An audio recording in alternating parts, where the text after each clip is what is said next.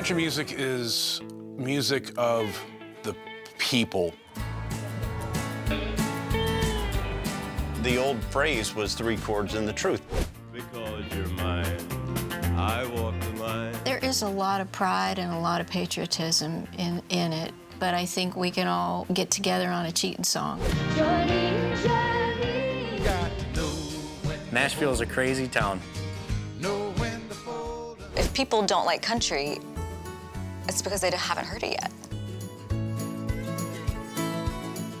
Un an après le retour de Donald Trump au pouvoir, à l'affiche est à Nashville, cœur battant de la country, un genre musical plus populaire que jamais, devenu le reflet des tensions qui divisent l'Amérique.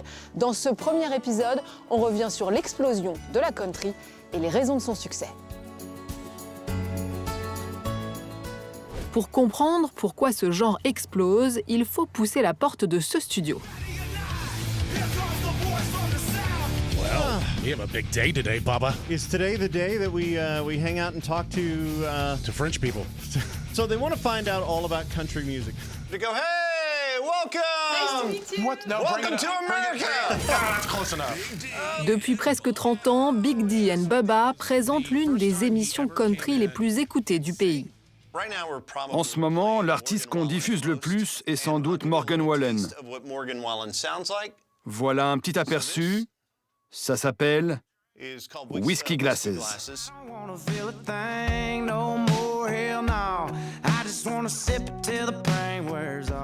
Could also play some Lainey for him. Lainey was. On pourrait aussi passer Lainey Wilson. Son parcours est incroyable.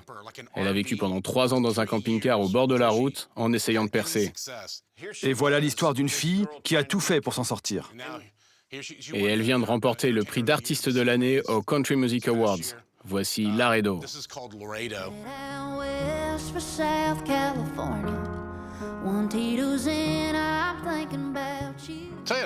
Un autre artiste qui a explosé, c'est Luke Combs. D'ailleurs, on a été la toute première émission de radio à l'interviewer. Il a une voix très particulière, rauque, presque cassée. Il grogne.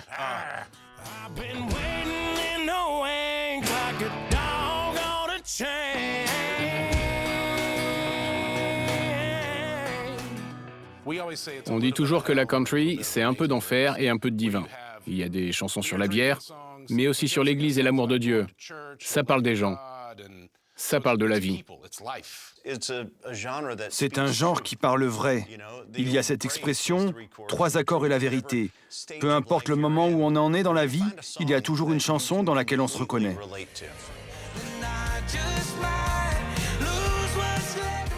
La country est à un tournant, avec plus de 120 milliards d'écoutes en 2025, en hausse de près de 5% sur un an. Beyoncé, Lana Del Rey, Chappell Roan, Post Malone, même des stars de la pop et du hip-hop s'y essayent.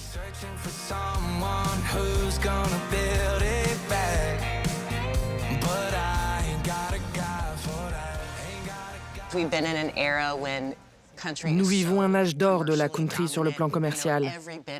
Elle est aussi populaire que la pop ou le hip-hop, et même plus que le rock. Cela en fait un genre musical très attractif pour d'autres artistes qui viennent faire des collaborations et apporter leur propre sensibilité.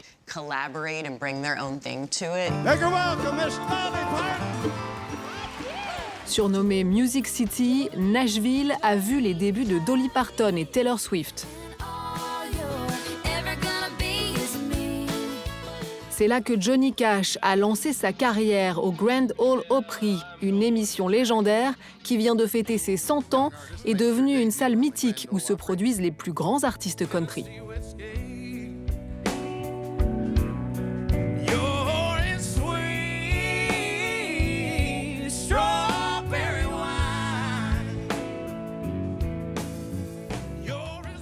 Un lieu retrace ce siècle d'histoire, le Country Music Hall of Fame and Museum, ouvert en 1967. Ce musée raconte comment la country s'est construite avant de devenir un phénomène mondial.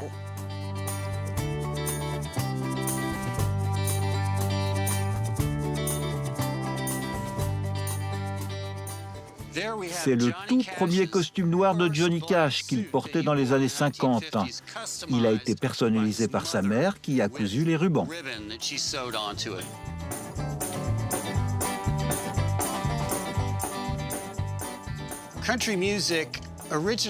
À l'origine, la country, c'était de la musique folk, la musique du peuple. Dans les années 1920, elle se compose de plusieurs courants différents. On y retrouve les musiques traditionnelles des îles britanniques, mais aussi des influences afro-américaines comme le banjo, le rhythm and blues.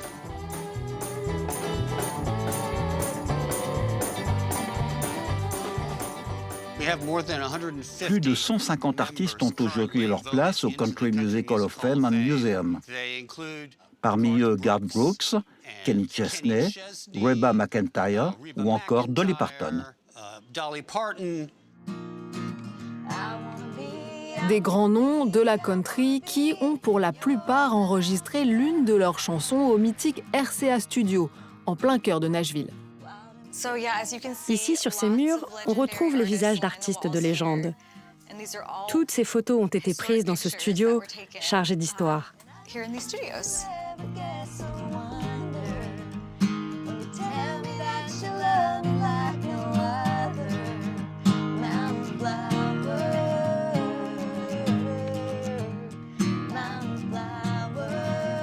Si l'histoire de la country s'est écrite avec de grands noms, elle s'est aussi transmise dans les familles, de génération en génération. Pour Irene et Justina, c'est une histoire partagée de mère en fille.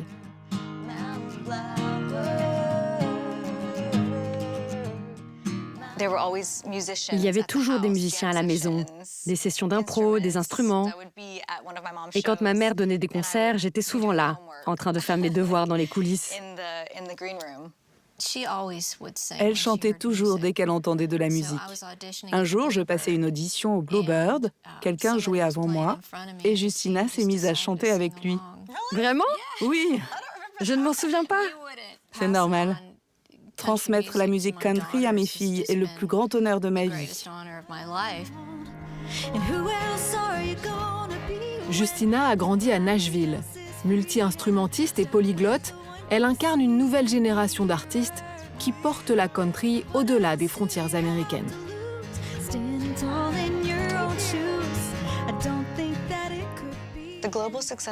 Le succès mondial de la country m'ouvre clairement de nouvelles portes. J'ai la chance de représenter non seulement ma ville natale, Nashville, mais aussi un endroit où j'ai vécu 5 ans, Paris, en France. Je fais le lien entre ces deux univers, ces deux expériences. J'ai mis tout ce que j'ai appris dans cet album, qui s'appelle From Nashville with Love.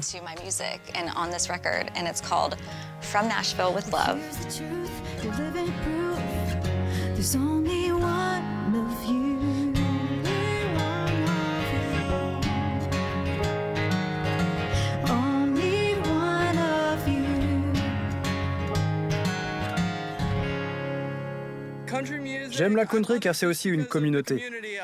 On vient tous ici, on est habillés un peu pareil et surtout on passe un super moment. On danse, on enfile les bottes, on se lâche. Ça parle de camions, de chiens, de rupture, de divorce ou de perdre son boulot. C'est une musique qui parle de travail, d'effort et de résilience, car la vie peut te mettre à terre et il faut apprendre à se relever. À chaque fois qu'il y a de la country, il y a de la danse. La piste se remplit et franchement, c'est ça le meilleur. À Nashville, la musique est partout, à toute heure du jour ou de la nuit. On peut venir assister à un concert dans l'un des bars de l'avenue principale.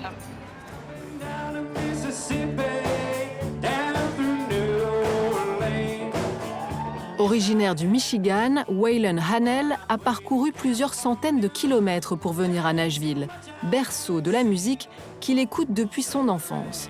À 23 ans, il espère se faire une place dans un genre qui reste intimement lié à l'Amérique rurale.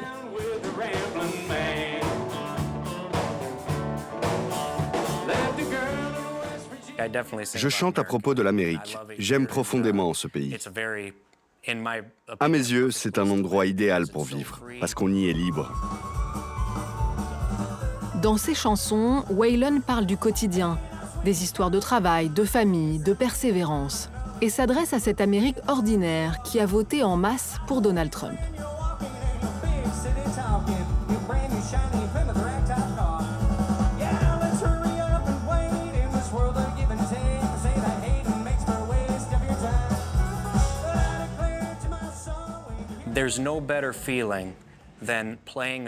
Il n'y a rien de mieux que jouer devant 10 000 personnes ou devant 10 personnes et de leur apporter un peu de bonheur, de les soulager du stress, de les emmener ailleurs pendant 2 ou 3 heures. C'est ça la musique. Peu importe que vous vous adressiez à quelqu'un qui travaille 80 heures par semaine, un père ou une mère célibataire avec 3 ou 4 enfants, plusieurs emplois, vous l'emmenez loin de ses soucis. Le temps d'un concert, c'est vraiment le pouvoir de la musique. A dim-lit bar, table for two. Profondément enracinée dans la tradition, la country n'a jamais cessé d'évoluer. Depuis le retour de Donald Trump, elle reflète plus que jamais les tensions de l'Amérique. That look in her eyes. La country est devenue politique et chacun a choisi son camp. Le mien, c'est la country traditionnelle, 3 accords et la vérité. Si la country est aussi populaire aujourd'hui, surtout depuis 5 ans, c'est parce que les gens veulent retrouver ce son traditionnel. Dans l'épisode 2 de À l'affiche à Nashville, nous verrons comment la country s'est retrouvée au centre des divisions du pays.